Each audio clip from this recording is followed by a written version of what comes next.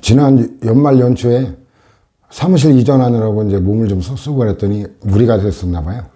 그래서 근육이 전체가 다 뭉치고 감기 기운까지 있어 어제하고 그제랑 강의를 못하고 좀 쉬었는데 그래서 어제 등에 파스도 한 10개 정도 붙이고 그 다음에 이제 안마기로 안마도 하고 안마 실수에 가서 한 게 아니에요. 안마 실수가 아니라 그 목에 거는 띠 같은 거 있죠. 띠 같은 거로 목에 걸는 그 5만 원짜리 안마기 그거 한 30분 하고 파스 붙이고 푹 자고 오늘 사무실 나와가지고 온도를 좀 높게 28도로 올렸더니 아주 훈훈한 그 분위기에서 작업을 해서 그런가 다행히 이제 감기 기운이 거의 이제 사라진 것 같네요. 요새는 이제 코로나 때문에 감기만 걸려도 조금 신경 쓰이죠, 그죠?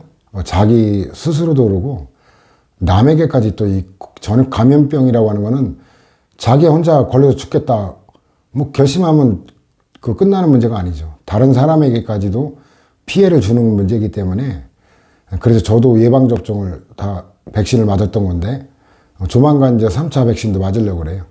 그래서 어찌됐든 이틀 만에 이렇게 감기가 나와가지고 다행이고. 자, 이 시간부터 진행하는 요 쟁점은 지난번에도 얘기했지만 1편의 하이라이트죠. 마지막 하이라이트. 그 사인의 공법행위 중에 그 신청은 뭐 이렇게 논점이 별로 없어요. 그 신고가 이제 일단 출제가 많이 되는 게 이게 자족적 신고냐 수리를 위한 신고냐라는 거. 그 다음에 이제 그 행정절차법에 자족적 신고만 규정이 되어 있죠. 그 규정 많지도 않아요. 그 행정절차법 규정 몇 개 깔끔하게 애호정되고 그 다음에 이제 신고 종류가 판별되면은 자족적 신고의 수리나 수리 거부, 수리 취소는 처분성 부정.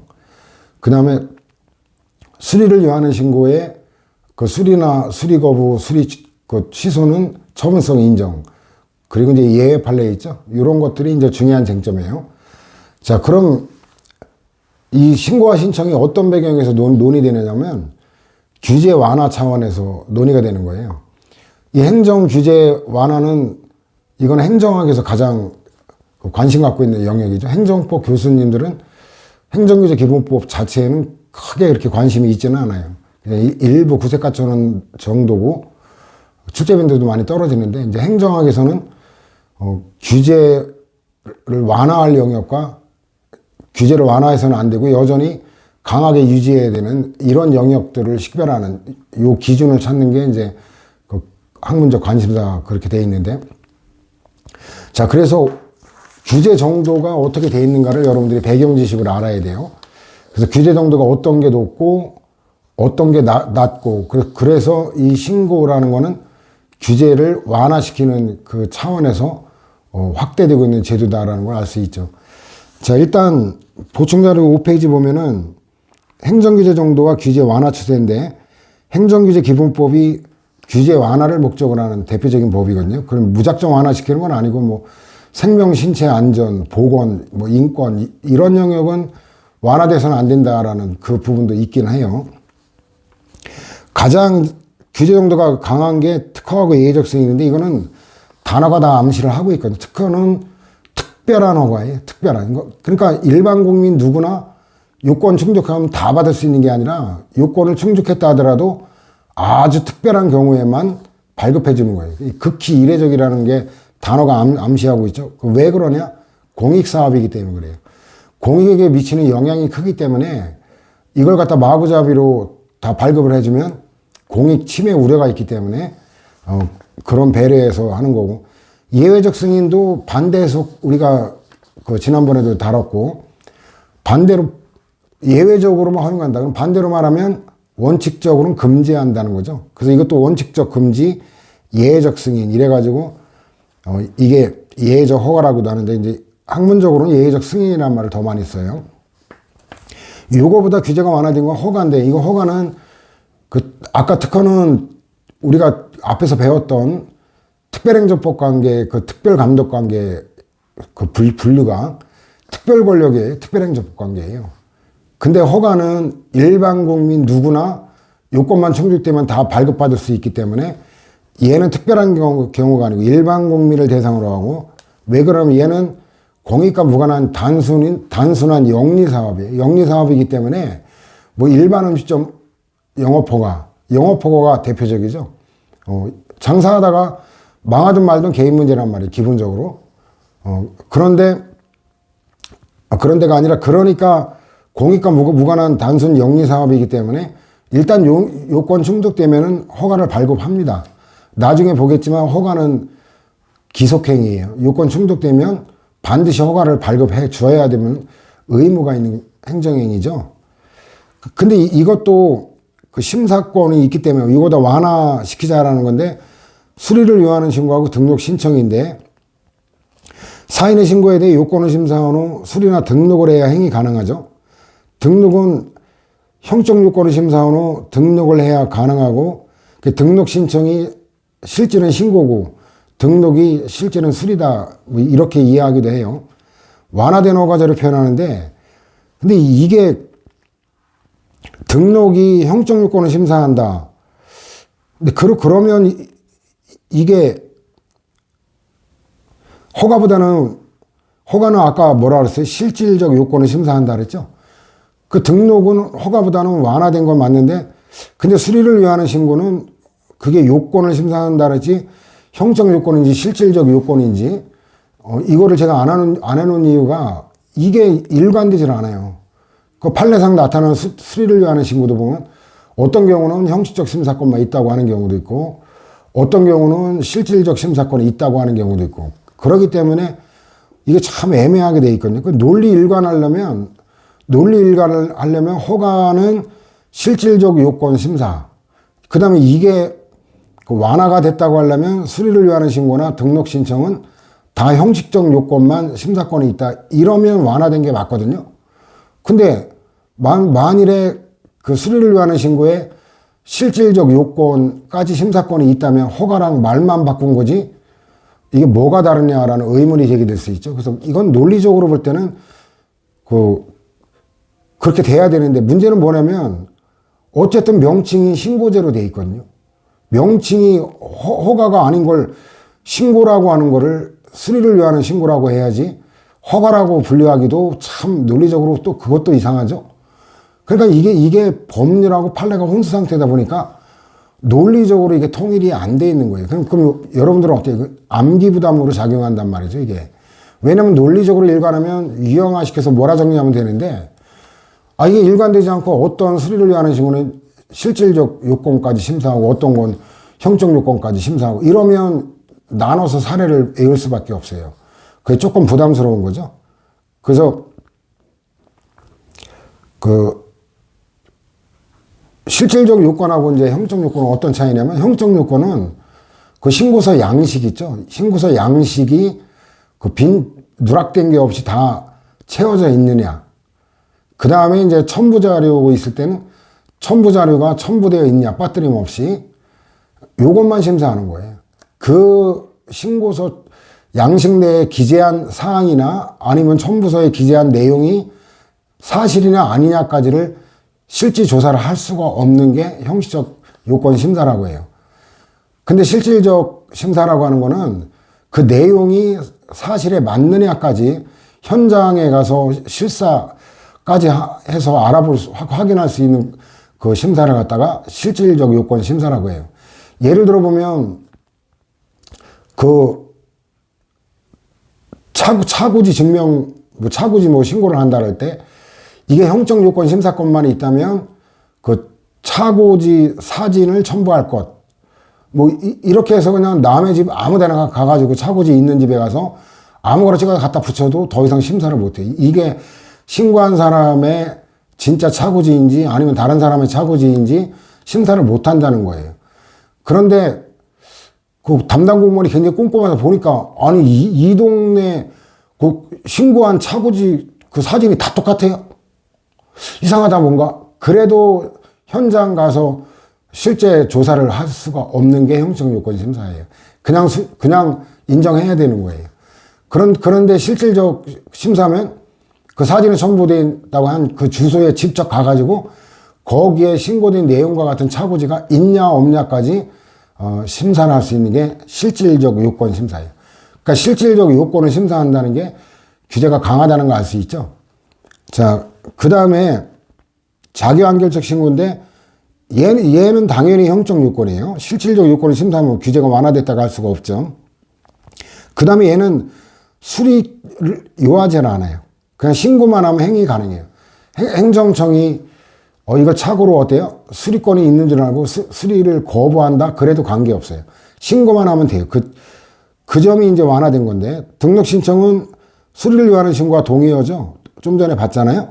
그러니까 법률에서 등록과 신고제를 구별할 경우 등록은 수리를 위한 신고니까 수리를 위한 신고와 구별되는 신고는 자족적 신고일 수밖에 없죠. 바로 이게 체육시설의 설치 이용에 관한 법률인데, 이게 몇 번 출제가 됐었는데 애우기 쉬워요. 등록과 신고 체육시설업이 나눠지잖아요.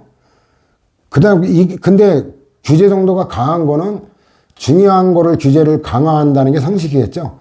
중요하지도 않은 거를 규제를 강화할 이유가 없잖아요. 상식적으로. 그죠?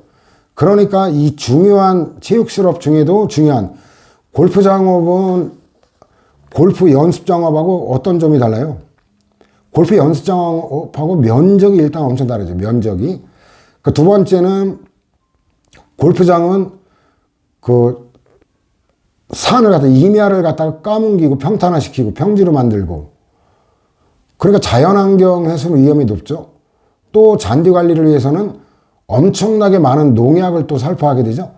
이 자연환경을 오염시키는 지하수 오염 가능성이 높죠. 근데 골프 연습장업은 그럴 위험이 적단 말이에요. 그러니까 골프장업은 이거는 등록제로 규정을 한 거고, 스키장도 마찬가지죠. 지난번 평창 올림픽 하는 거, 저는 올림픽 자체를 별로 긍정적으로 보지는 않거든요.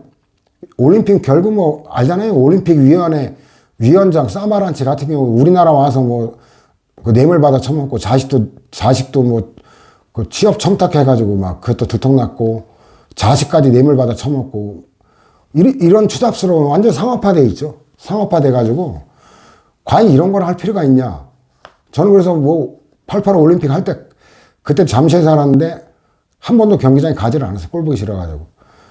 그래가지고 지금은 이제 올림픽 유치, 옛날에는 전두환 때 그 3S 정책이라고 스크린, 영화죠. 영화하고 컬러 TV, 섹스, 이거 매매춘 이런 것들은 완전히 노골적으로 묵인했죠. 심지어 조장했다고까지 해도 과언이 아닐 정도로. 그 다음에 이제 그 스포츠 해가지고 이제 프로 스포츠가 그때 전두환 때 출범을 하게 됐죠. 그 3S 정책의 일환으로 이제 엄청난 뇌물까지 적으면서 유치를 했는데, 대부분 흑자를 본 올림픽이 없죠. 그러다 보니까 이제 유럽 같은 경우는 어때요? 주민들의 반대로 유치 신청이 무산되기도 하고, 이제 앞으로는 올림픽 위원회에서 아마 유치 경쟁이 아니라 그 경기장 건설 비용 몇 조를 갖다 지원하지 않으면 아마 개최지를 구하기도 점점 어렵게 되지 않을까, 그런 입장인데, 물론 이제 그런 이해관계에 얽매이지 않고 순수하게 그 평화의 제전으로 된다면 반대할 이유가 없죠. 근데 과연 현실적으로 가능할까라는 게 참 딜레마예요. 그죠? 그 피땀 흘렸던 선수들의 입장 생각하면 참 또 그게 마음이 아프기도 하고, 그죠? 오직 그 국제대회 그 하나를 바라보고, 물론 세계 육상용 선수권 대회나 선수권 대회도 있긴 하지만, 그래도 자기 기량을 인정받을 그 좋은 공간인데 그 기회가 박탈되는 또 아쉬움도 있죠. 그래서 참 쉽게 말하기는 어려운 부분인데, 제 개인적인 생각이 그렇다는 건데, 어쨌든 이 스키장 같은 경우도 어때요? 엄청났죠. 평창 올림픽 때도 멀쩡한 산을 다 까뭉겨가지고 강원도가 어때요? 사기쳤죠. 원상복구 한다고 하는 거 지금 버티고 있는데, 제가 장관이었다면 이거 강제 집행, 대집행 했을 거예요. 강원도 완전히 무시해버리고. 이거 자연환경에 미치는 영향이 골프장, 스키장 엄청나죠. 자동차 경주장업도 그렇고. 나머지는 그 정도에 못 미치는 거고, 일일이 외울 게 없잖아요. 그래서 요 세 가지 정도 외워두면은 나머지 몰아 정리하면 될 거고. 그 다음에는 이제 어떤 요건이고 뭐고 자식도 없어요. 그냥 통보만 툭 해버리면 끝나는 거죠. 그 다음에 통보하는 것도 귀찮죠. 그러니까 통보할 필요도 없이 그냥 행위를 할 수 있는 게 가장 완화된 그거죠. 이건 규제에 들어가지도 않는 거죠. 어찌 보면. 그죠?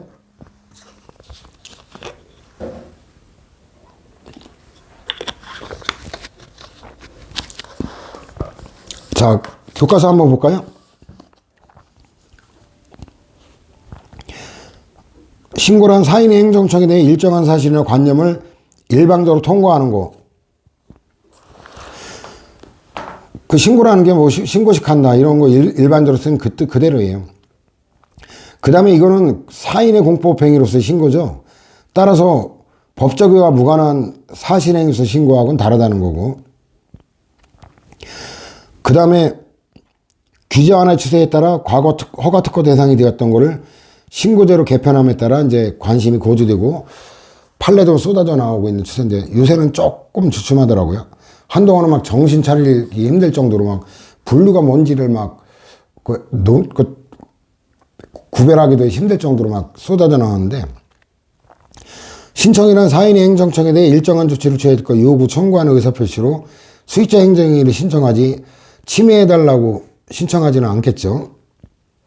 그 다음에 우리가 앞에서 배웠던 그 협의의 행정행위 발급 청구권, 협의의 그 행정개입 청구권, 거기에 이용된다는 거고. 그 신고가 종류가 여러 가지 나오는데 가장 중요한 거는 휴가에 따른 그 분류인데 자족적 신고하고 수리를 요하는 신고. 자, 이 신고의 효과가 뭐냐? 또 신고 필증, 필은 마칠 필이죠. 군필, 미필, 이게 마칠 필이에요. 신고를 마쳤다는 증명의 의미가 뭐냐? 그 다음에 신고를 수리한 의미가 뭐냐? 신고 수리의 처분성 인정이 어떻게 되느냐? 그래, 이 사인의 공법행위 신고에 관한 그 권리구제와 관한 가장 중요한 논점은 대상적격 인정 여부거든요. 구별 기준에 관한 거는 학설적으로도 정리가 안 되고 있어요. 그래서 이거는 일단 우리가 판례를 판별하기 위한 배경 지식 정도로 참고하는 그런 정도로 하면 되는데, 일단 형적 요건만일 때는 자기한결적 신고고 실질적 요건도 포함하면 수리를 하는 신고다. 이 박균성 교수의 견해인데 제가 아까도 잠깐 보충자료 설명할 때 얘기했듯이 이게 논리적이죠. 그래야 규제가 완화되는 거지. 허가도 실질적 요건 심사하고 그 다음에 신고도 실질적 요건을 심사하면은 완화됐다는 말은 거짓말이잖아요. 그죠? 이게 논리적인데 근데 어떤 신고는 실질적 심사권을 갖다가 법률에 규정한 신고도 버젓이 있어요. 그거는 입법 사기죠. 입법자가 신고라는 말을 썼지만 실질은 그 실질적 요건을 심사할 수 있게 한다면 그거는 실제로 허가랑 다를 바가 없는 거죠. 명칭 사기다. 그거는 입법 사기. 사기까지는 아니죠. 사기인데 2단의 고의가 있어야 되는데 입법자가 사기쳤다 하기보다는 이제 입법자가 그런 학문적 배경을 모르고 실질적 심사권을 갖다가 거기다 그냥 때려 넣었기 때문에 발생하는 문제죠. 그게 그렇게 실질적 요건을 요할 정도로 중요한 거다라면 허가라고 허가제를 유지해야 되는 거예요. 그랬다면은 수험생 입장에서 얼마나 국회의원한테 감사하겠어요. 그죠? 근데 이 수험생의 적은 국회의원들이에요. 이 무식한 놈들이 그냥 제멋대로 법률을 만드는 바람에 생으로 외워야 되는 것들이 대부분이에요. 법률이. 그래서 참 국회의원들만 똑똑해도 수험생이 편합니다. 그래서 여러분 수험생 여러분들은 국회의원 다음 잘 뽑아야 돼요. 멍청한 놈들 떨어뜨리고. 그래야 내 수험생일이 편하다. 아, 물론 다음 총선까지 합격이 안 되면 곤란하겠죠. 뭐 그 이전에 합격해야 되겠지만. 그 다음에 뭐 신고의 수리로 구체적 법적 효과가 발생할 때 이때는 수리를 위하는 신고다. 이 박규성 교수는 판사 출신이라 굉장히 그 능력이 뛰어나요. 실무적 판단 능력도 뛰어나고 그래서 굉장히 논리적이고 설득력이 있어요. 그 다음에 아까 말했던 형식 요건, 실질적 요건이 뭐냐? 신고서나 첨부 서류 등 신고 서류만으로 확인되는 거예요. 실제 현장 조사를 할 수가 없는 거.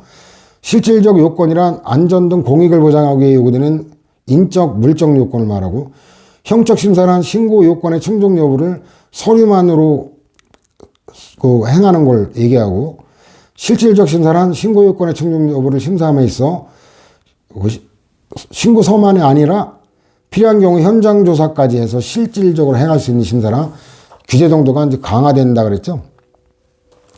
그 다음에 입법자의 객관적 의사를 기준으로 하는 견해. 근데 이거는 요 체육시설업법 이외에는 이 기준을 적용하는 데는 제한돼요. 이거 외에는 다른 거 갖고 다른 신고에는 적용할 수가 없어요. 그래서 요게 좀 전에 보충 자료에 했듯이 법률이 등록과 신고제를 구별할 때 그거 써먹을 수 있는 거예요. 그 홍정선 교수인데 조금 제가 볼 때는 조금 박균성 교수님보다는 좀 떨어진다고 평가를 하는데, 근데 또 하나 논점이 뭐냐면 신고에 근거가 된 근거법령에서 기본적으로는 자기한결적 신고로 규정하고 있는데 이제 관계법령까지 다른 법령이 추가적으로 적용되는 거예요. 한 개 법률만 적용될 때 법적 성질하고 2개 이상이 관련될 때 법적 성질이 달라진다라는 거는 여러 군데서 나오는데, 허가나 예외적 승인 등 추가적인 적법 요건을 요구하고 있는 경우 신고의 성질과 관련해서 여전히 자기한결적 신고라는 게, 여기서 박균성 교수가 논리 일관성을 상실하고 이상한 소리를 하고 계시는데, 좀 이따 종합 정리할 거예요. 전체적으로 보아 신고가 적법한 죄에 대해 심사권이 행정청에 주어진 거니까 수를 위하는 신고다. 이 판례가 논리적 일관된 거라 전 판례가 옳다고 생각해요. 그 판례의 판단 기준인데 판례가 좀 애매해요. 그냥 적법 요건이라고만 하는데 그 심사권이 있다라는 거를 적법 요건을 두고 있으면 적법 요건 충족했는데 심사권이 있다 이렇게 보는 건데, 대법원은 신고 대상인 행위와 시설에 대해 관계법이 적법 요건을 두고 있지 않은 때에는 행정청에 의한 당해 신고의 수리 행위는 필요하지 아니한 자기한결적 신고로, 그 다음에 그 행위와 시설에 대해 근거법이나 관계법이 적법 요건을 두고 있을 때는 심사에서 수리를 거부할 수 있는 거로 보아 수리를 요하는 신고로 보고 있다라는 거고, 그 신고의 종류가 굉장히 많죠. 근데 뭐 굉장히 많은데 비교하면서 볼 거기 때문에 일단 그렇게 뭐 생으로 읽을 건 많지는 않아요. 자기한결적 신고는 신고 자체만으로 일정한 법적 효과를 가져오는 신고예요. 수리를 하든 말든 상관없이. 행정절차법에 의하면 법령 등에서 행정청에 대해 일정한 사항을 통지하는 거예요. 이 주석은 제가 단 건데 이게 신고죠. 신고함으로써 의무가 끝나는 신고. 그러니까 신고로 끝난다는 얘기는 자기한결적 신고라는 의미고, 또 의무가 끝나는 신고니까 임의적, 신고해도 되고 안 해도 되는 게 아니라 의무적으로 신고해야 되는 요거를만 규정하고 있다는 것도 여기서 우리가 알 수 있죠.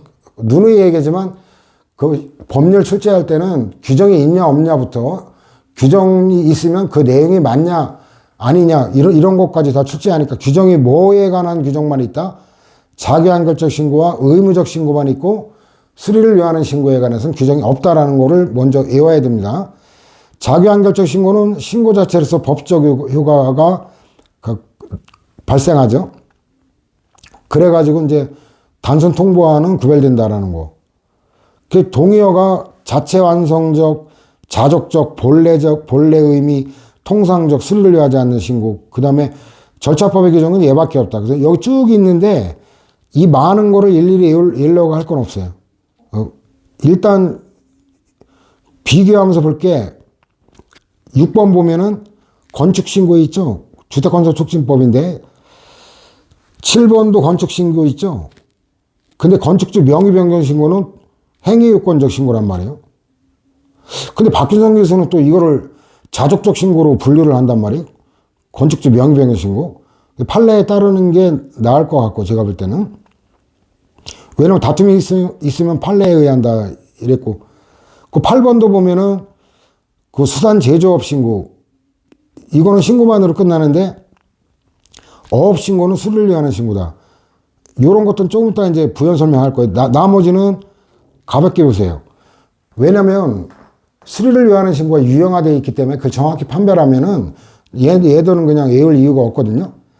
자, 그래도 비교하기 위해서 234 먼저 일단 수리를 위하는 신고를 먼저 볼까요? 수리를 위하는 신고인데 이거는 2-141하고 연결이 돼요.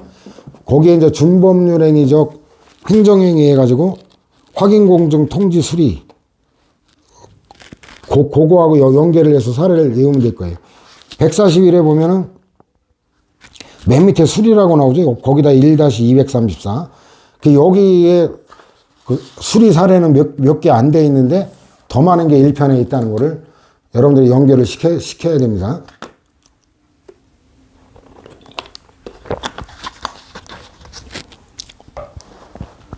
자, 일단 교과서 1권으로 다시 들어오면은 수리를 요하는 신고란 말 그대로 어때요? 수리를 요하는 거예요. 신고만으로 안 돼요. 그 신고를 했다고 그 신고가 수리되기 전에 어떤 행위라면 형사처벌이 될 수 있는 그런 거예요. 사인의 신고가 행정청의 특정한 행정행위 전제 요건에 불과한 거. 달리 말하면 법령 등에서 행정청에 대해 일정한 사항을 신고하고 행정처 신고만 갖고 안 되고 행정청이 이를 수리함으로써 비로소 법적 효과가 발생하는 것. 수리는 사인이 알린 일정한 사실을 행정청이 유효한 행위로 받아들이는 행정행위인데 그 중에도 준법률행위적 행정행위다라는 거죠. 얘 실질이 아까 얘기했잖아요. 실질적 요건까지 심사하면 허가하고 똑같은 거 아니냐, 견해 대립 이렇게 정리할 수밖에 없어요. 그 다음에 이제 수리를 위한 신고 보면은 얘는 행정절차법에 규정이 없고 수리나 수리 거부, 수리 취소의 처분성이 얘만 인정돼요. 그러니까 여기 있는 사례는 사편에서 출제돼도 다 처분성 관련되는 사례로도 출제된다라는 거죠. 1편에 출제되면은 신고의 종류에 관한 논점, 또 여기서도 지문에 이제 대상적 격과 관련한 지문도 포함되죠. 자, 일단 여러분들은 어떤 법률이 하나만 적용될 때하고 2개 이상의 법률이 동시에 적용될 때 법적 성질이 달라진다라는 그 기본적 감각을 알고 출발해야 됩니다. 예를 들어 보면 그냥 주거지역 내 건축은 당연할까요? 아닐까요? 주거지역 내.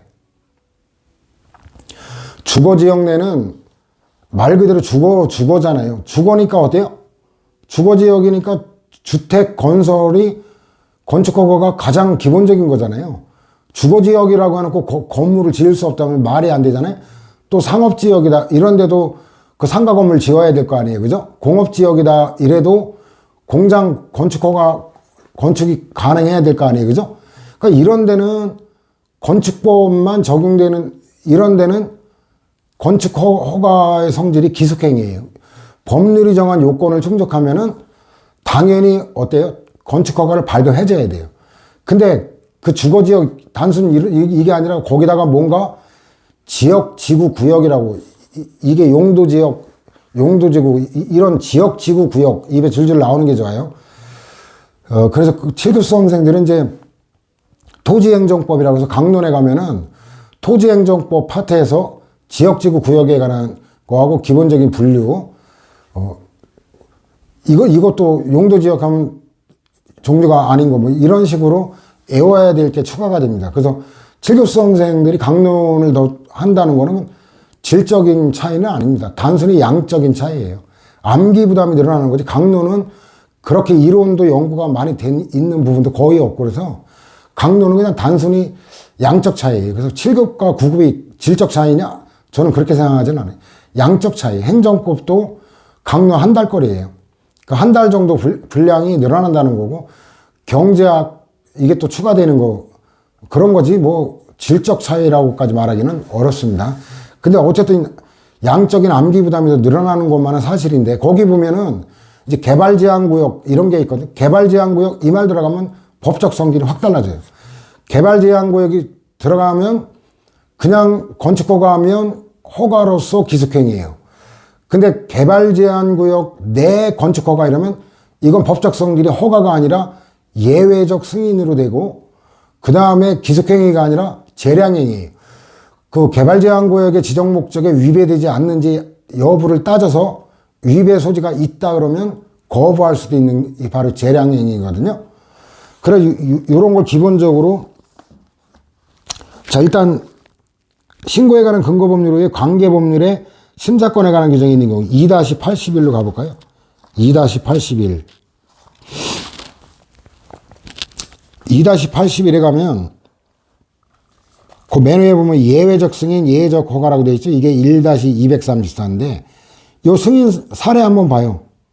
뭔가 지역, 지구, 구역 이 말 나오면 2개 이상 법률이 적용된다라고 눈치채주면 돼요. 학교환경위생 정화구역 세 번째 보면 문화재 보호구역 거기서 명시적으로 안 나왔지만, 네 번째 보면 개발제한구역, 녹지지역, 7번 보면은 자연공원구역, 또 12번 보면 용도지역. 하여튼 지역지구 구역 이 말 나오면 이건 허가가 아니라 예외적 승인이고 재량행위다. 그죠? 그 신고의 종류도 마찬가지. 신고의 종류도 그냥 요런 어떤 금지되는 표지, 지역지구 구역 이런 게 없는 거는 그거는 자족적 신고예요. 다시 232로 돌아갈까요? 7번, 6번 주택건설촉진법 어떤 뭐 금지되는 지역지구 구역 표지가 없이 그냥 건축신고. 7번도 건축법상 건축신고. 그렇게 나오죠. 자, 돌아올까요? 자, 230에서 돌아오면은 그 학교보건법, 저것도 230에 확인해 볼까요? 9번. 9번. 9번보다 먼저 4번. 4번 보면 체육시설업법에 의한 골프 연습장 이용료 변경신고. 이용료 변경신고. 자, 그 다음에 9번. 9번도 체육시설업법에 착공계획서 신고. 그러니까 이게 체육시설업법만 적용되는 그런 사안은 이거는 자족적 신고고. 자, 돌아올까요? 근데 학교보건법상 학교환경위생 정화구역 내, 자, 요게 추가되면 체육시설업, 당구장업 신고인데, 이러면 이거는 뭐가 되는 거예요? 이거는 학교보건법이 추가적으로 적용되기 때문에 체육시설업법상에는 그 영업신고에 개설신고든 뭐 변경신고든 심사권이 없어요. 근데 학교보건법에는 학교 환경위생에 해로운지 아닌지를 심사할 수 있다는 그 규정이 있거든요. 그러니까 그 체육시설업법만 적용될 때, 한 법률만 적용될 때는 심사권이 없으니까 자족적 신고.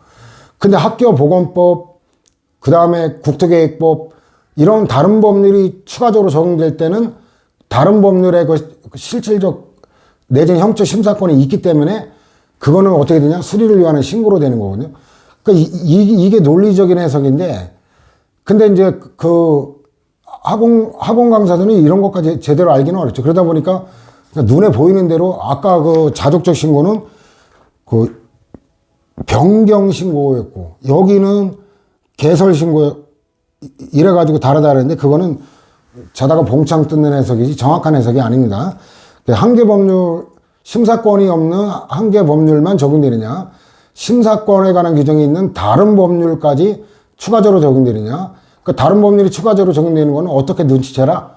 지역지구 구역 이 말 나오면 심사권이 있는 다른 법률이 적용되는 사안이다. 이렇게 간단하게 지역지구 구역만 외우면 끝나버리는 거예요.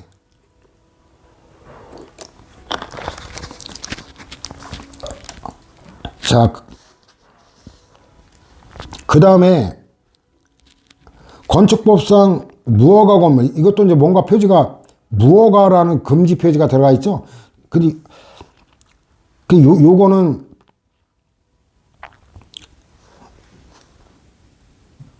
조금 논리적으로 조금 이상하긴 한데, 왜냐면 이거는 같은 건축법이거든요. 그래서 이건 논리적으로는 조금 설득력이 떨어져요, 이거는. 근데 수험생은 일단 뭐 논리가 다는 아니까 무허가 건물이다. 그러니까 뭔가 적법한 건물이 아니다라는 거. 그러니까 그 적법한 건물에서 볼링장업 신고하는 거, 이거는 달라요. 그래서 무허가 건물이라는 거, 무허가 눈치채지면 되고, 그 다음에 개발제한구역, 그 다음에 개발제한구역, 그 다음에 무허가 건물 또 똑같죠. 그 다음에 인허가 의제휴가를 수반하는 건축신고인데, 이것도 2-100. 이것도 인허가 의제는 그냥 그 하나의 허가는 기속행위인데, 의제되는 인허가가 재량행위일 때는 두 가지를 합쳐서 심사할 수 있기 때문에 종합적으로 어때요? 재량행위로 성격이 바뀐다는 거거든요. 그러니까 여러분들 항상 하나만 적용될 때와 다른 법률이 적용될 때, 또 인어가 의제와 같이 의제되는 인어가 결합돼서 두 개 성질이 합쳐질 때, 이럴 때 법적 성질이 달라진다라는 걸 감각 익히면 별것도 아닌 거예요. 자, 110페이지 한번 가면 2-100 100에 가면 그 심사규정의 실체적 요건, 이게 1-234 실체적 규정은 당연히 적용 내지 존중돼야 된다. 주된 인허가 행정청은 의제된 규정들까지 고려를 해야 되기 때문에 보다 넓은 재량과 형성의 여지를 가진다는 거예요. 그러니까 그 자체만 갖고는 기속행위더라도 의제되는 인허가가 재량행위일 때는 전체적으로 볼 때 선택권이 있는 거니까 재량행위로 바뀌는 요런 감각만 익히면 끝난 거예요. 자, 일단 그렇게 해서 그 부분에 가는 거를 판례를 한번 확인해 봅시다. 자, 233에 가면 다른 법률이 추가적으로 적용되지 않는 그 단순한 체육시설업법상 그 신고에 가는 거죠. 행정청에 대한 신고는 일정한 법률 사실이나 법률 관계에 관하여 관계행정청이 일방적으로 통고를 하는 거, 이게 신고를 통고한다 그래요. 뜻하는 거로 법에 별도의 규정이 있거나 다른 특별한 사정이 없는 한 행정청에 대한 통고로서 그치는 거고, 신고로 그친다는 거고, 행정청의 반사적 결정, 어떤 수리나 이런 걸 기다릴 필요가 없다라는 거, 이건 외울 거 아니고. 자, 그래서 이 변경신고서는 신고 자체가 위법하는, 이것도 음미할 거예요. 신고에 무효 사유가 없는 한 도지사에게 제출하여 접수된 때예요. 이게 신고서 도달주의라고 우리가 사인의 공포행위 적용 법률 지난 시간에 배웠죠. 도달주의인데 도달한 게 뭐예요? 구체적으로 말하면 신고서 접수가 바로 행정청의 도달이에요. 그러니까 도달주의라는 게 일반적인 용어라면 접수라고 하는 거는 이제 도달 방식의 구체화된 용어라고 하는 거예요. 접수된 때 신고가 있었다고 볼 것이고 도지사의 수리행위가 있어야만 신고가 있었다고 볼 건 아니다. 자, 뭐냐면 자적적 신고는 형적 요건을 갖추기만 하면 수리를 요하지 않는다 그랬죠. 그럼 달리 말하면 뭐예요? 형식적 요건은 갖춰야 신고만으로 효과가 발생하는 거예요. 수리를 요하지는 않지만 신고만으로 끝나지만 다만 그 신고서가 양식을 갖추지 못하거나 이래서 신고서 요건이 신고행위가 여기 그 위법하거나 무효사유가 있다. 이런 신고는 적법한 신고가 못 되기 때문에 신고 효과가 발생하지 않습니다. 그러면 신고를 했다라도 요건을 못 갖추면 무허가 불법 영업이 되는 거고 형사처벌까지 될 수도 있는 거예요. 사안에 따라서는. 자, 그래가지고 아까 그 이용료 그 변경 신고는 자족적, 개설 신고는 수리를 위한 신고라 하는데 그런 해석이 말이 안 되는 게 두 번째 판례를 몰라가지고 헛소리한 거죠. 왜냐면 두 번째는 당구장업 개설 신고라고 말이에요. 여기 개설 신고인데도 자족적 신고라고 판시를 하고 있거든요. 자, 보면은 요 둘로 나눠진다는 건 뭐 이미 봤고, 해당 시설을 갖추어, 이것도 적법한 요건은 갖춰야 돼요. 일단 시설 요건을 갖추어야 돼요. 그 다음에 소정의 양식에 따라 신고서를 제출해야 돼요. 그 요건을 갖추고 신고를 해야 됩니다. 어쨌든 신고를 안 하거나 했다 하더라도 요건을 못 갖춰가지고 적법한 신고가 못 되면 휴가 발생 안 돼요.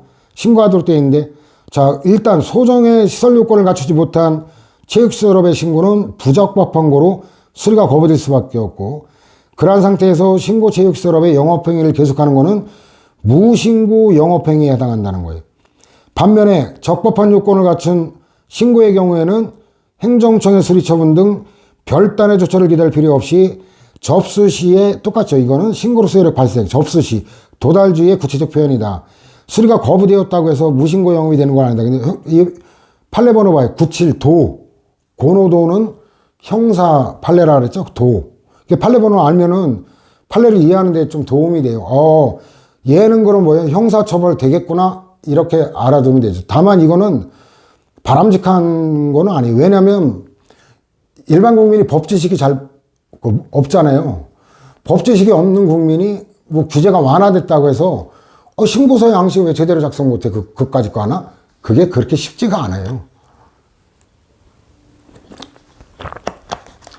여러분들 특히 지방직 공무원들이 이제 민원 업무를 많이 맡게 되는데, 저는 뭐 국방부 여기는 민원 부서가 하나밖에 없어요.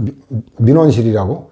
그 대부분은 정책부서라고 해서 정책 업무만 하기 때문에 민원인을 상대할 일이 없어요. 그냥 혼자 서류 갖고 씨름하는 거예요. 그냥 하루 종일 내내. 물론 이제 예산 달라고 와가지고 이제 사업기관에서 예산 획득하려고 와가지고 사업 설명하는 거지만, 그건 민원인이 아니라 기관 대 기관의 관계를 만나는 거기 때문에, 보조기관 대 보조기관. 그렇기 때문에 그거는 뭐 민원은 아니거든요. 그래서 국가직은 이제 민원 업무를 다루는 게 이례적이죠. 대부분 정책 업무를 하면서 성장하게 되는데, 지방직은 이제 민원 업무를 하게 되는데, 이게 또 안 해보던 건 쉬운 게 아니에요.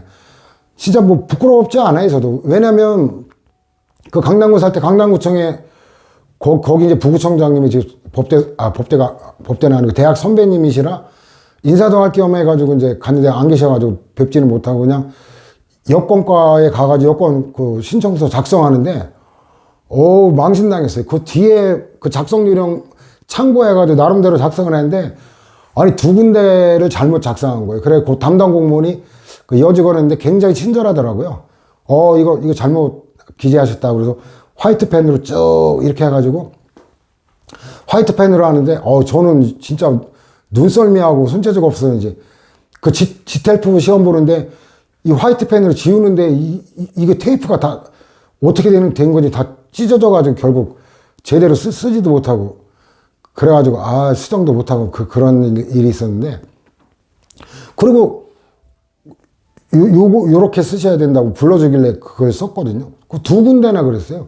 아니, 저도 나름대로 뭐 법학 전공에다가 행정도 해봤던 뭐 민원 업무를 해본 건 아니지만, 아니, 그런데도 이게 그 딱 꼼꼼히 읽는다고 읽었는데도 그걸 잘못 작성했어요. 이런 경우가 있어요. 아니, 근데 하물며 그런 법 지식도 없는 일반 국민이 어떻겠어요? 신고서 작성한다고 나름대로 최선을 다했는데 그 잘못 작성한 경우, 이거를 갖다가 적법한 신고 요건을 못 갖췄다고 형사처벌하는 게 말이 되느냐라는 게 이제 박균성 교수님의 비판이죠. 저는 그게 상당히 설득력이 있다고 생각해요.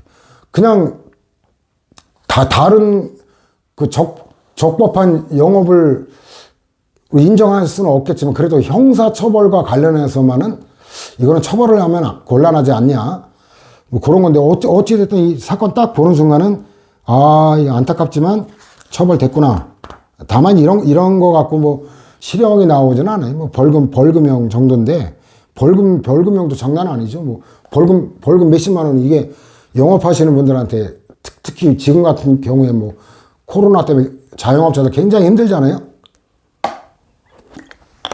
거기 몇십만 원, 100만 원, 몇백만 원 벌금 내라. 이것도 참 쉽지가 않은 거죠. 자, 235에 관련 판례 비교하면서 봐야 되니까.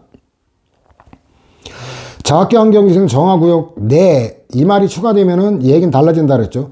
체육시설업 신고. 학교보건법과 체육시설 설치 이용에 관한 법률은 입법 목적이나 규정상 적용 범위 등을 서로 달리하다. 입법 목적 달리한다. 이러면 이제 이게 일반법 특별법 관계가 될 수 없다라는 걸 깔고 있는 거예요. 일반법 특별법 관계는 동일한 목적이어야 돼. 다만 규정상 그 적용 범위 요것만 달라야 일반법 특별법이 돼. 그래가지고 그 당구장 설치에 관해서 체육시설법이 학교보건법에 우선하여 배타적으로 적용되는 관계, 특별법, 이러면 얘기는 달라져요. 그럼 학교보건법이 적용이 안 되니까 두 가지 법률이 적용되는 사안이 아니게 되는 거죠. 근데 그런 게 아니기 때문에, 그러면 뭐예요? 특별법 관계가 아니면 둘 다 적용된다는 얘기예요. 체육시설 설치 이용에 관한 법률에 따른 당구장업의 신고 요건을 갖춘 자라 할지라도 학교보건법 소정의 학교환경위생 정화구역 내에서는 요 법이 정한 별도 요건을 충족하지 아니하는 한 적법한 신고를 할 수 없다. 이 말이 바로 이제 그 수리를 위한 신고로 성질이 변한다라는 거예요. 그 보충 자료에 1페이지에 참고로 해놨거든요. 판례사안은 학교환경위생 정화구역인데, 옛날에 학교보건법에 돼 있었는데, 보건하고 교육환경은 다른 사안이잖아요. 보건은 이제 그 의료적인 뭐 이런 걸 얘기하는 거니까. 그래서 법률도 바꾸고 교육환경보호구역으로 명칭도 바꿨어요. 그래서 거기 보면 교육감은 학교 경계 또는 학교 설립 예정지 경계로부터 직선거리 200m 범위 안의 지역을 다음 각호의 구분에 따라 교육환경보호구역으로 설정 고시하여야 한다. 기속행위라는 거 이제 해석할 수 있죠. 하여야 한다. 선택의 여지가 없으니까. 절대보호구역은 출입문이에요. 출입문. 정문이든 후문이든 쪽문이든 출입문으로부터 직선거리 50m. 근데 상대보호구역은 그걸 제외한 그 경계로부터 200m까지예요. 여기 보면 이제 판례와 관계되는 게 체육시설 중 당구장. 근데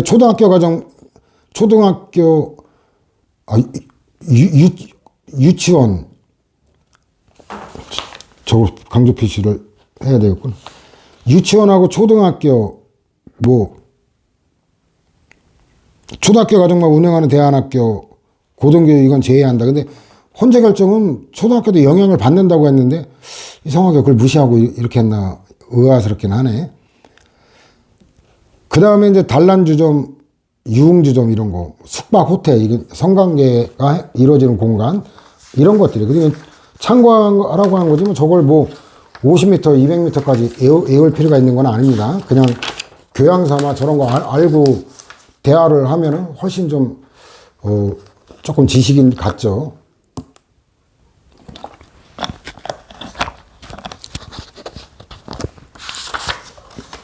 자, 그 다음에 다시 돌아가면은 233으로 이제 3번 건축법상의 건축신고인데 이것도 그냥 다른 법률이 추가적으로 적용되지 않는 거예요. 건축법이 건축물의 건축 또는 대수선에 관하여 원칙적으로 허가제를 규율하면서 기본적으로 허가제예요. 건축 허가. 근데 이제 경미한 거, 중요한 거는 허가로 돼 있죠. 경미한 것만 이제 그 규제를 완화시킨 거죠. 그게 상식이라 그랬죠.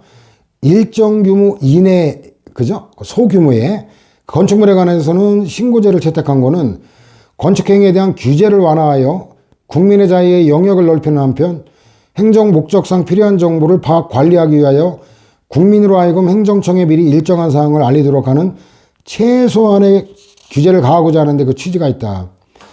저게 이제 그 신고 종류에 관한 거거든요. 신고 종류에 관한 건데 그 240에 보면 맨 위에 기능에 의한 분류 있죠. 사실파악형 저거예요. 정보 제공적 신고. 행정청에게 행정의 대상이 되는 사실에 관한 정보를 제공하는 거.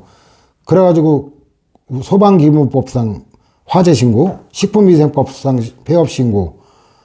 신고 없이 행위라는 경우 처벌은 받지만 위법하게 되지는 않아요. 그 건축신고도 여기에 들어간다고 보면 될 거예요. 그 다음에 규제적 신고는 영업활동 또는 건축활동, 여기는 판례가 강조한 논점하고는 달리 이제 학설상 분류한 그건데, 사적활동 규제하는 기능을 갖는 신고인데, 그 식품위생법상의 영업신고, 건축법상의 건축신고인데, 자기한결적 신고도 있고, 수를 위하는 신고도 있고, 그러니까 이 학설하고 판례가 강조하는 점이 다른 점이죠. 여기 이제 건축신고도 규제적 신고라는데, 그 판례는 그 정보 제공적 신고로 파악을 하고 있는 거예요. 학설 판례가 이렇게 나눠지는 게 있어요. 더 중요한 건 판례죠. 다툼이 있는 경우 판례에 의한다. 이게 이제 아주 오래전부터 출제 경향이거든요. 그래서 학설하고는 다르다라는 걸 참고하면 될 거고, 신고 없이 행위라는 경우 처벌될 뿐만 아니라 불법 행위로 시정조치 대상이 된다라는 거. 의무 여부에 의한 거, 의무적인 게 출생신고. 이거 생명의 존재와 관계되는 거니까. 임의적 신고는 혼인신고죠. 그냥 혼인신고라 가족 공동체, 부부 공동체를 형성하고 살아가는데, 근데 이제 혼인신고라는 종이 한 장, 이 차이인데, 혼인신고를 하면 이거 법률혼이라 그러고, 혼인신고를 안 하고 살면 그 동거의 법률 용어가 사실혼인데, 두 가지 점이 달라요, 기본적으로. 일단 상속권이 없어요. 상속권이. 그 다음에 두 번째가 간통 성립 여부가 달랐어요. 근데 지금은 이제 간통죄가 위헌 결정 나고 폐지되면서 이건 이제 아무 의미가 없게 됐는데, 옛날에 그 사실은 배우자에 대한 거는 이건 간통이 성립이 안 됐거든요. 참고로. 자, 다시 돌아올까요? 그래서 판례는 어쨌든 정보 파악, 여기에 중점을 뒀죠.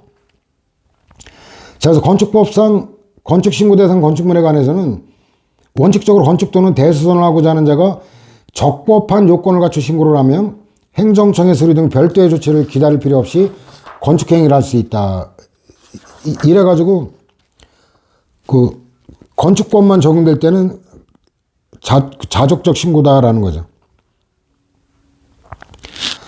자, 그 다음에 이제 화물자동차 운송주선 사업자가 화물자동차 운수사업법 소정의 자본금 또는 자산평가액 등 허가기준에 관해서 하는 신고인데, 이 법령에서 허가사항과 신고사항을 명확히 구분하고 건축법하고 똑같죠.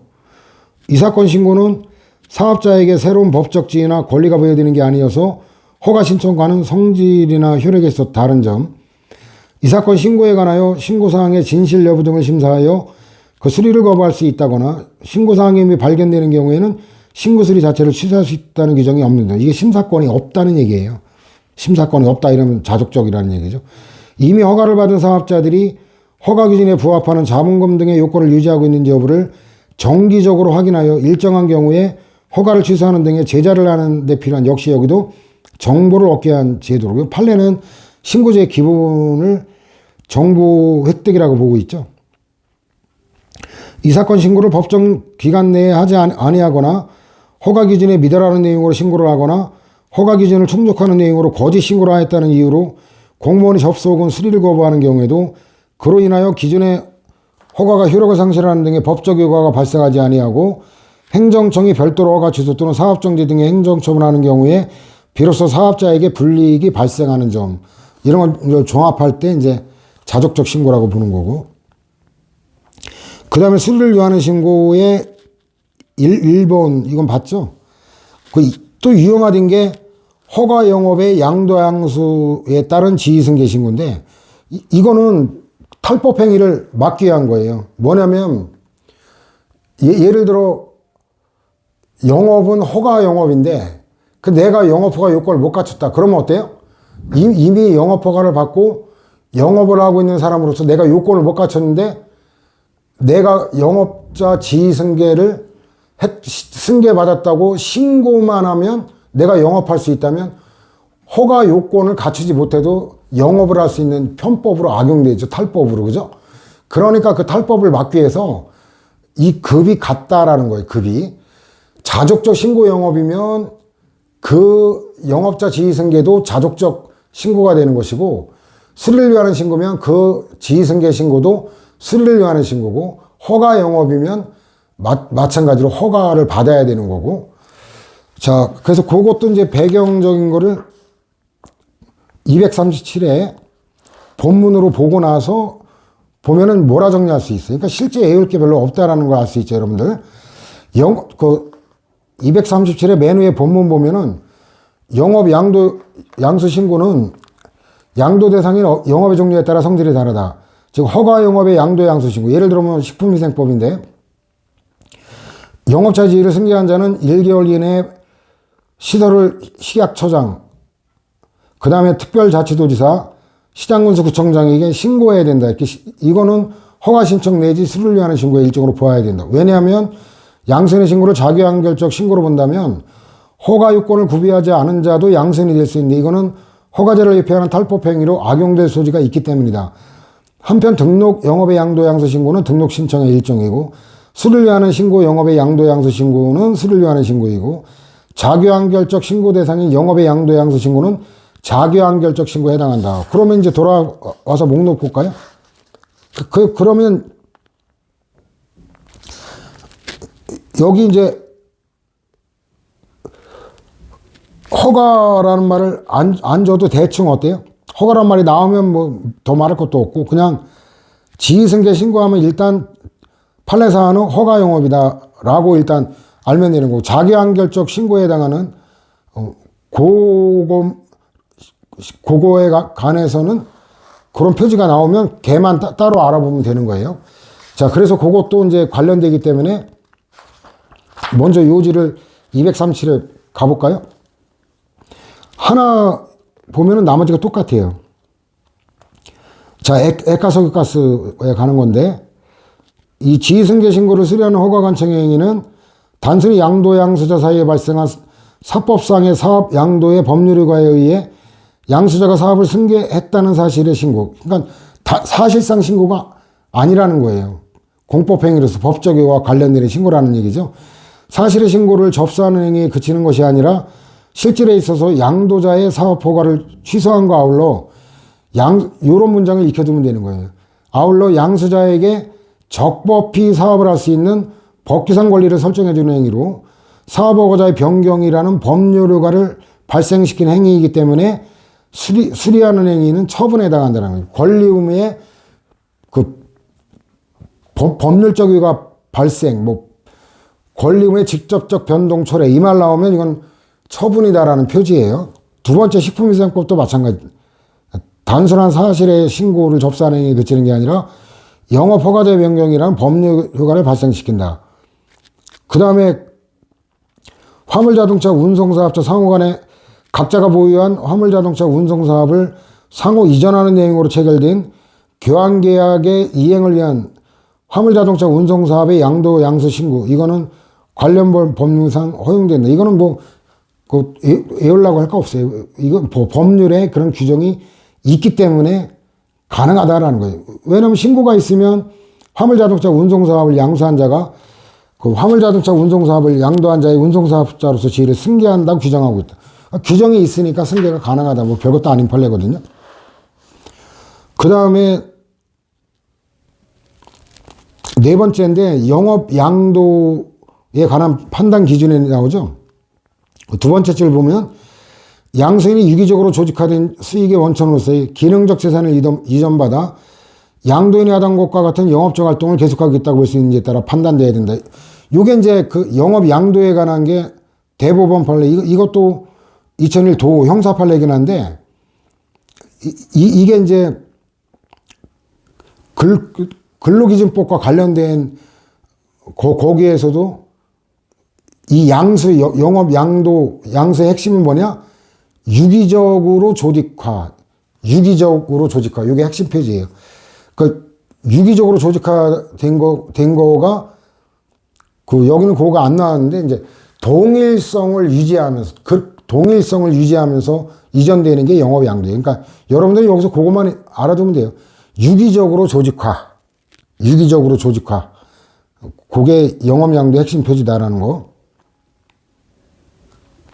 그 다음에 5번인데, 피고인이 영업시설을 전부 인수하여 영업하면서도 1개월 이내에 영업자 지위승계 신고를 하지 않았다고 하며 기소된 사안인데, 피고인이 영업자가 아닌 자에게서 영업을 양수한 이상 영업자 지위를 승계한 경우에 해당하지 않는다. 자, 이건 당연하죠. 적법한 영업을 양수해야지. 영업자도 아닌 애한테 엉뚱한 놈한테 양수가 되겠어? 이건 애울 이유가 없는 판례죠. 그 다음에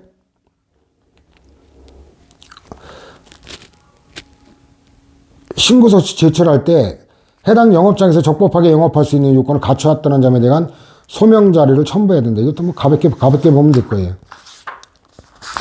자, 다시 돌아올까요?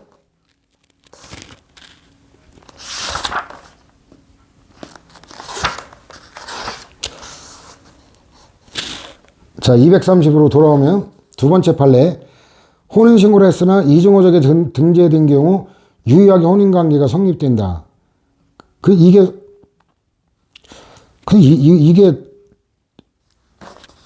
잠시만, 아까 저 다 봤지? 수리를 위하는 신고라는 얘기죠. 그러니까 혼인은 법률에 따라 호적공무원이 신고를 수리함으로써 유효하게 성립된다. 그러니까 이미 유효하게 성립된 거기 때문에 이중호적에 등재된 거하고 관계가 없다는 얘기. 그 다음에 이제 개발제한구역 내 이 말 들어가면 얘기는 다르다 그랬죠. 그러니까 이거는 신고에 의해 허가에 가름할 수 있도록 규정하고 있는 건축법이 적용될 여지가 없다라는 거예요. 이게 적용되면 자족적 신고라 그랬잖아요. 건축법이 적용되면. 근데 그게 아니다라는 거니까. 그 다음에 주민등록 신고에 가는 건데,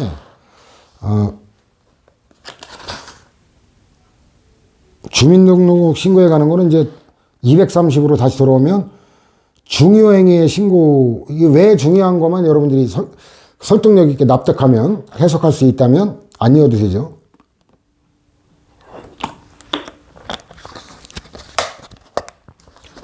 광업 출원인 주소 변경계 신고. 아니, 뭐 주소 변경하는 게 뭐 이렇게 중요하냐? 이거는 또 배경이 있어요. 이게 광업허가는 선원주의가 적용되거든요. 선원주의라는 게 뭐냐면 선출원 우선주의예요. 여러 명이 특허를 동시에 신청을 하면 먼저 신청한 애한테 먼저 발급해줘야 되는 거예요.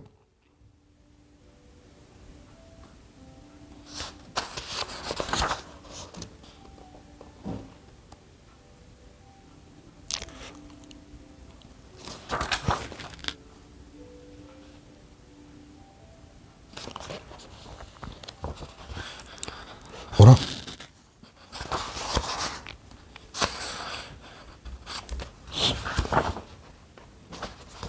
판례를 인용할까? 종합정리한 걸 인용할까?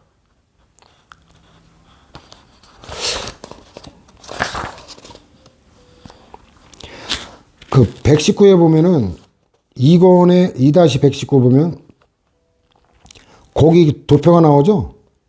그 밑에 세 번째 보면 상대방의 출원 신청인데 그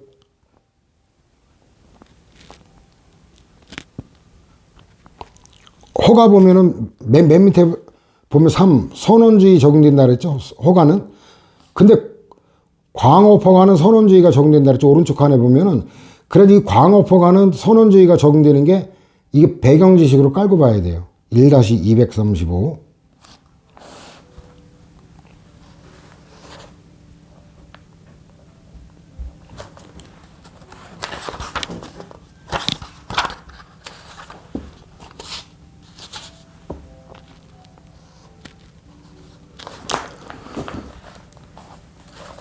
그러니까 뭐냐면 저게 또 하나 인용해 주면 더 이해가 쉽겠네.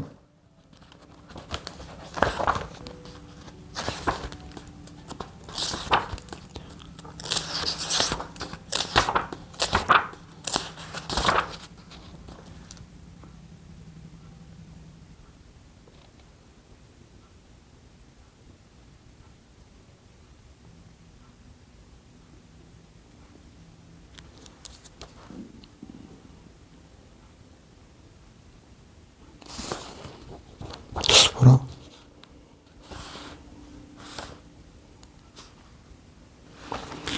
(2-253)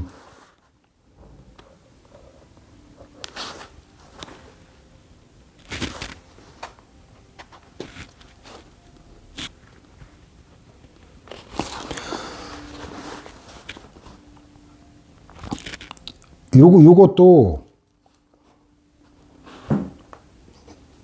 2-119하고 또 연결이 돼요. 선원주의하고 연결이 돼야 돼요. 선원주의 때문에 저렇게 중간에 이해관계인이 생길 때 취소가 안 된다라는 배경은 선원주의라는 걸 이해하면 아주 쉬운 거고 선원주의를 이해를 못하면 아주 어려워지는 거거든요.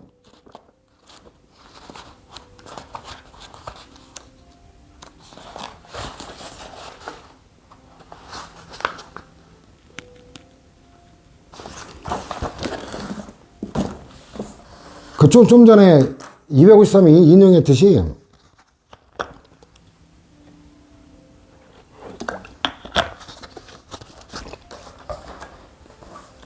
이게 그 광어 출원인의 주소가 변경되는 건 선원주의와 관련해 가지고 이 사람한테 그 연락하는 게 굉장히 중요한 문제로 작용을 하거든요. 내용은 이제 그때 설명하기로 하고. 그 다음에 건축주 명의 변경 신고는 이거는 권리와 관련된다. 왜냐면 건축주 명의가 변경되면 이거는 소유권과 관계가 되는 그 측면을 강조한 거지, 논리적으로는 이거는 별로 설득력이 없어요. 요런 거는 좀 체크하고 판례 요지를 한번 음미할 필요가 있고, 이거는. 그 다음에 농지를 전용하는 거, 이거는 농지라고 하는 거는 국민의 생존에 관계된 문제죠. 멍청한 놈들이 우리가 자유무역하면서 그 싼 농산물을 수입하고 비싼 우리나라 공산품 수출하면 우리가 이득이 나는데 진짜 짱구들이 하는 소리죠. 아니 세계 곡물상이 이놈들이 얼마나 영악한 놈들이고 돈이 많은 엄청난 놈들이에요. 아니 이놈들 봐요. 지금 그 동남아 이런데 그 재해로 인해 가지고 어때요? 재해로 인해 가지고 식량 수확량이 확 줄어버리니까 국제 농산물 가격이 폭등을 해버렸어요. 이놈들이 그런 놈들이에요. 우리나라 농업 기반이 그나마 유지되니까 이 정도지, 우리나라 농업 기반이 붕괴되는 그 순간은 어때요? 그 순간은 우리가 지금보다 10배, 20배, 100배 이상 비싼 가격으로 우리가 수입을 해 올 수도 있는 게 농산물이에요. 멍청한 놈들. 그리고 우리나라 국회의원이나 고위직들은 농지, 이거 어때요? 농지 취득하는 거 불법을 하거나 위장 전입을 하거나 탈세 뭐 이런 게 이제 적이죠. 임용 결격 사유가 아니라 임명의 필수적 조건이죠. 오히려 세금 낼 거 다 내고 위장 전입 한 번도 안 하고 어때요? 허위로 그 농지 취득 이런 거 안 하고 이런 사람들이 오히려 임용 결격자가 되는 희한한 그 세상이 됐는데, 그 헌법에도 경자 유전의 원칙이 명확히 규정되어 있잖아요. 이거 예외를 거의 인정해서는 안 됩니다. 그러지 않으면 위헌 결정을 내려야 될 거라고 생각해요. 심각해요, 지금 이게. 그래서 어쨌든 이건 민족의 먹거리와 관계, 생존에 관계되는 거, 농지가 중요하다는 거 다 납득할 수 있잖아요. 토지거래 신고도 이거 투기적 거래만 이게 문제가 되는 거기 때문에 투기를 때려잡는다는 건 굉장히 공익과 관련해서 중요한 거죠. 그 다음 어업 신고하고 수산 제조업 신고 다르다는데, 수산 제조업 신고는 이제 보충 자리에 해놨거든요. 어업 신고는 뭐냐면 고기를 잡는 신고예요. 갯벌에서 고기 잡는 신고가 그게 이제 어업 신고예요. 그럼 이거를 갖다가 마구잡이로 어때요? 마구잡이로 신고만 하고 다 잡으면 어때요? 수산 자원이 완전 고갈될 수도 있는 중요한 문제예요. 근데 수산 제조업, 지금 가공업으로 이제 명칭이 바뀌었는데, 이거는 뭐냐면 기왕 잡은 생선을 가공하는 거예요. 말 그대로. 그래서 뭐 교양사라고 제가, 명태는 그 대국과 대구목의 그 생선을 통칭하는 용어가 명태죠. 명태. 근데 그 명태 중에 새끼 명태를 노가리라고 하는 거. 그래서 저도 이제 노가리를 안 먹기로 했어요. 노가리 그 대학교 때 엄청 먹었거든요. 왜냐면 노태우 별명이 노가리였어요. 그래가지고 노가리를 뜯는다는 거는 이제 노태우에 대한 적개심을 표현하는 아주 적절한 방식이었죠. 그래서 그때 노가리를 만들 때 노가리 잘못 뜯다가 이빨 나갑니다. 저도 나갈 뻔했고, 노가리 잘못 먹다가 그 어금니 사이에 가시가 박혀가지고 밤새 고생하다가, 전 촌놈이 이게 이렇게 밀어내. 도시 출신 같았으면 아마 밤에 그 개인 병원도 문 닫았으면 당연히 응급실에도 갔을 건데, 참아보자 했다가 난리가 났어요. 이거 뭐 염증이 생겨가지고 막 팅팅 붓고, 다음날 그냥 10시쯤 병원을 갔더니, 아이고, 지랄하고, 문은 열었어요. 근데 간호사가 청소하고, 그러려고 일찍 출근한 거지, 원래 병원은 의사는 10시에 나오는 게 아니라 10시 반에 나온대요. 그래, 10시 반까지 또 거기서 참고 있었는데, 의사가 뭐라 그러나? 입안에 용어는 모르겠는데, 거울 같은 거 이렇게 넣었더니, 핀셋으로 톡! 간단하게 뽑더라고요. 그래고 3,000원 받았나? 진짜 아깝더라고요. 근데 어쨌든 고맙긴 하죠. 내가 못 뽑았으니까 간 건데, 그래서 노가리 먹는 거 조심해야 돼요, 여러분들. 조심해야 되는데, 가능하면 안 먹는 게 좋을 것 같아요. 왜냐면 이게 새끼 명태.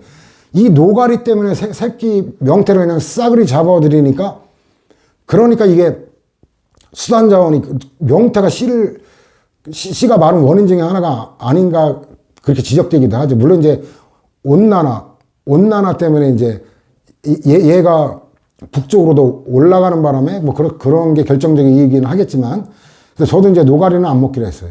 술안주로. 그걸 새끼 명태.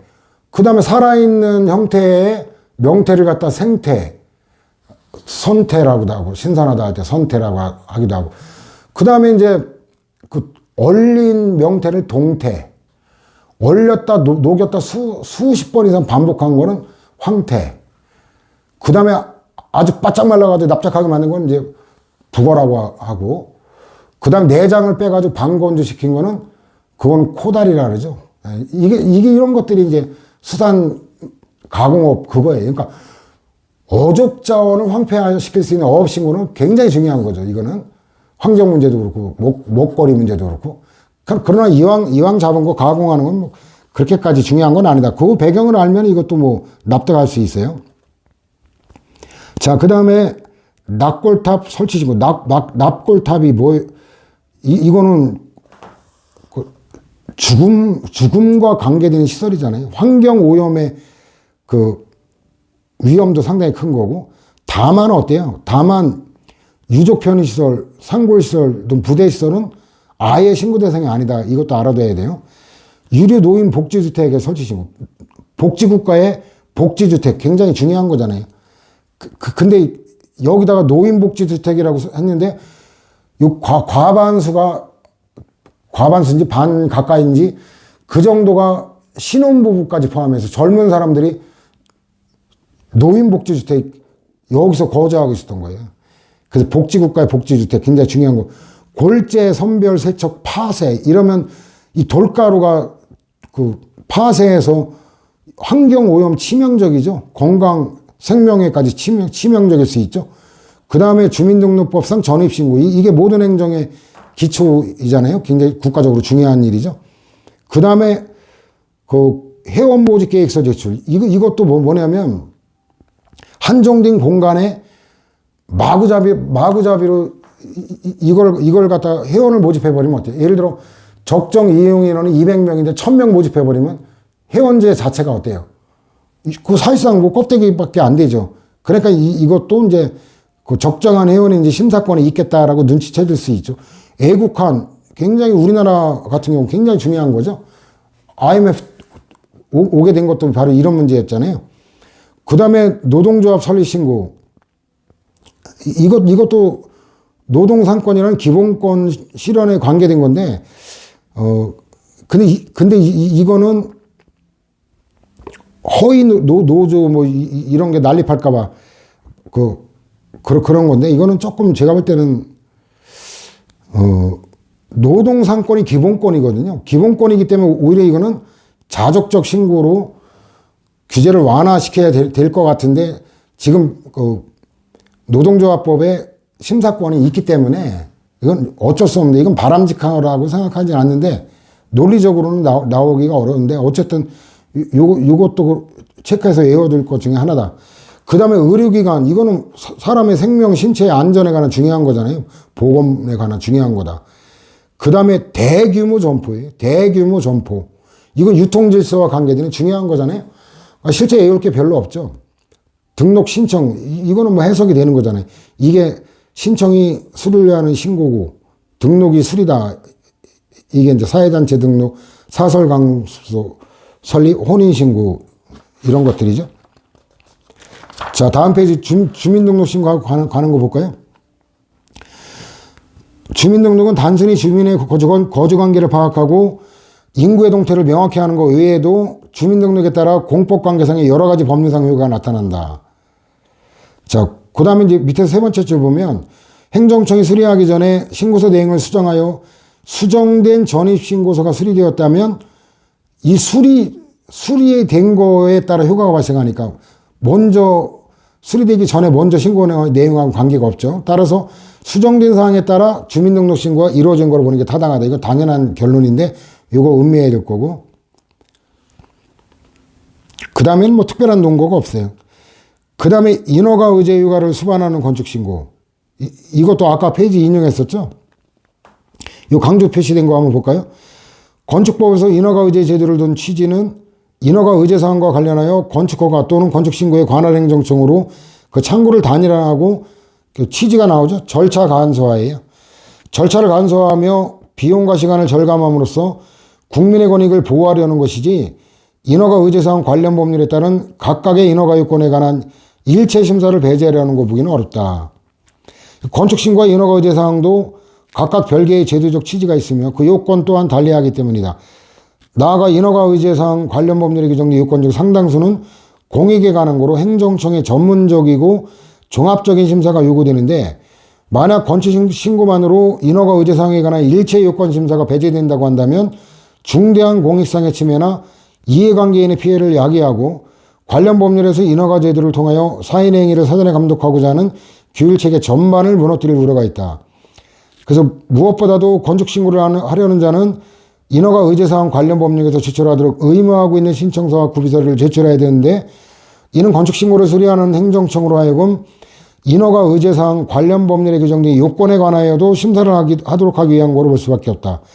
따라서 인허가 의제 요구를 수반하는 건축신고는 일반적인 건축신고와는 달리 바로 이거예요. 일반적인 거와 다르다는 거. 일반적 건축신고는 자족적 신고라 그랬잖아요.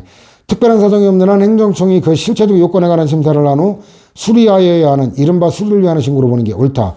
당연하죠. 우리가 아까 규제 정도가 허가가 신고보다 높다 그랬죠.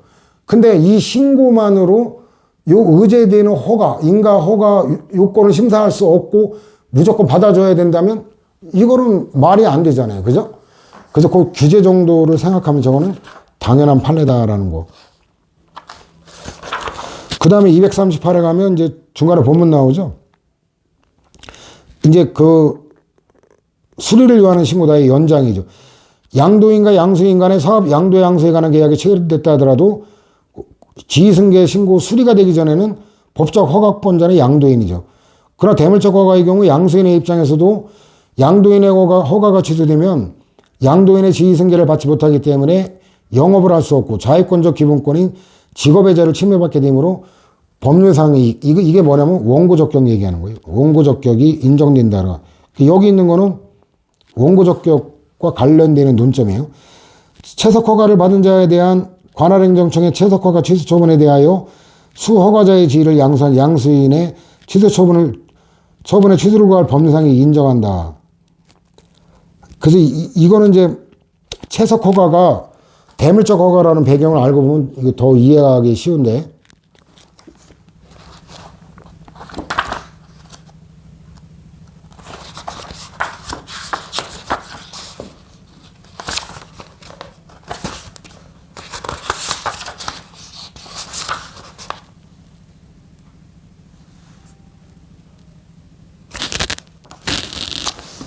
(2-93)으로 인용할게요.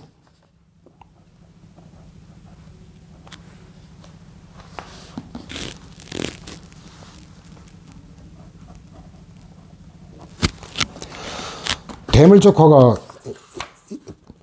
거기에 1-238 그 다음 페이지 보면 그 중간 도표에 채석허가 5번 채석허가 나오죠. 대물적 허가.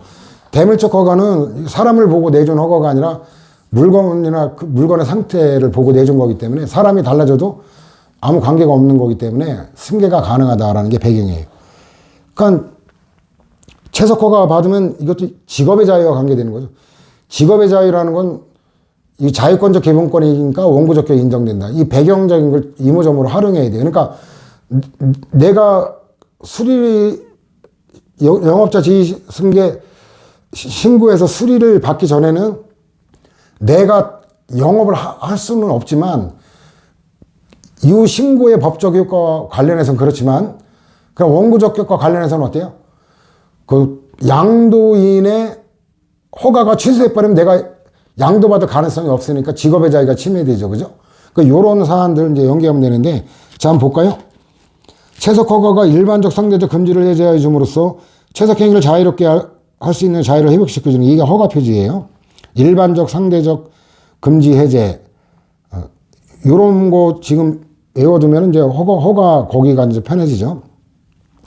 권리를 설정하는 거, 특허가 아니라는 거예요. 관할행정청과의 관계에서 수허가자의 지위를 승계를 직접 주장할 수는 없다 할지라도 채석허가가 대물적 허가의 성질을 아울러 가지고 있고, 이 대물적 허가 수허가자의 지위가 사실상 양도양수되는 점을 고려하여 수허가자의 지위를 사실상 양수한 양수인의 이익을 보호하고자 하는 데 있는 거로 해석되기 때문에 수허가자의 지위를 양수받아 명의변경 신고를 할 수 있는 양수인의 지위, 이거 아직 신고도 하기 전인데도 양수인의 지는 단순한 반사적 이익이나 사실상 이익이 아니라 산림법령에 의해 보호되는 직접적이고 구체적인 이익으로서 법률상 이익이다. 이렇게 되면 결국은 다음 페이지 가면 관할행정청이 양도인에 대하여 채석허가를 취소하는 처분을 했다면 양수인의 지위에 대한 직접적 침해가 되니까 법률상 이익을 갖는다. 원고적게 인정된다는 얘기고, 그 다음에 주택건설 사업이 양도됐지만 변경 승인을 받기 이전에, 이것도 이전 그 양도인에 대한 사업계획 승인을 취소했다는 사실을 통지한 경우, 그 밑으로 내려가면 사업주체 변경의 승인은 그로 인하여 사업주체 변경이라는 공법상 효과가 발생하는 거기 때문에 사실상 내지 사법상으로 주택건설 사업 등이 양수되었을지라도 아직 변경 승인을 받기 이전에는 그 사업계획의 피승인자는 여전히 종전의 사업주체인 양도인이고 양수인이 아니다. 그래가지고 사업계획 승인 취소 처분 등의 사유가 있는지 여부와 취소 사유가 있다고 생각하는 그 취소 처분은 피승인자인 양도인을 기준으로 판단해야 행해야 된다라는 거고, 그래가지고 행정청이 주택건설 사업의 양수인에 대해 양도인에 대한 사업계획 승인을 취소했다는 사실을 통지한 것만 갖고는 양수인의 법률상 지위에 어떤 변동을 일으켜는 아니기 때문에 요 통지는 처분이 아니다. 요걸 잘 나눠봐야 돼요. 요거하고 세 번째 논점이 달라요. 그러니까 이전에는 처분이 아니에요. 이전에는.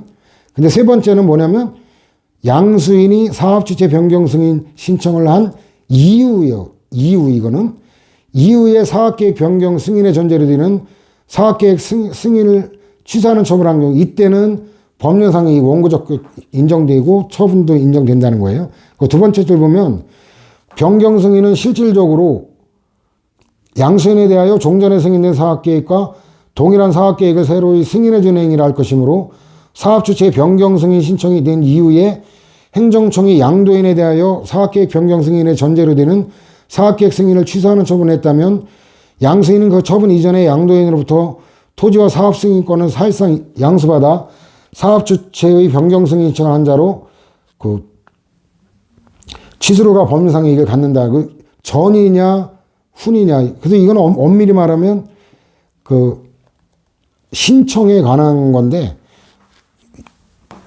이 영업자 지위 변경 승계와 관계된 거라 여기다 그냥 참고를 해놓은 거예요. 근데 판례는 인가의 경우 기본행위 하자가 있더라도 원칙적으로 기본행위 하자가 민사 판결에 의해 확정되어야만 비로소 보충행위 인가처분의 무효항의를 구할 소익이 있다. 이것도 보충자로 종합 정리했죠. 기본행위가 중요한 거고 보충행위인 인가는 종된 거기 때문에 주된 거에 하자가 있으면 종된 걸 다툴 수 없다. 이런데 얘는 그렇지가 않아요. 지위승계 신고의 경우에는 이와 달리 기본행위 무효를 이유로 제기한 신고수리 처분 무효확인 소송 소익을 인정하고 있다. 이게 2-126과 다른 점이에요.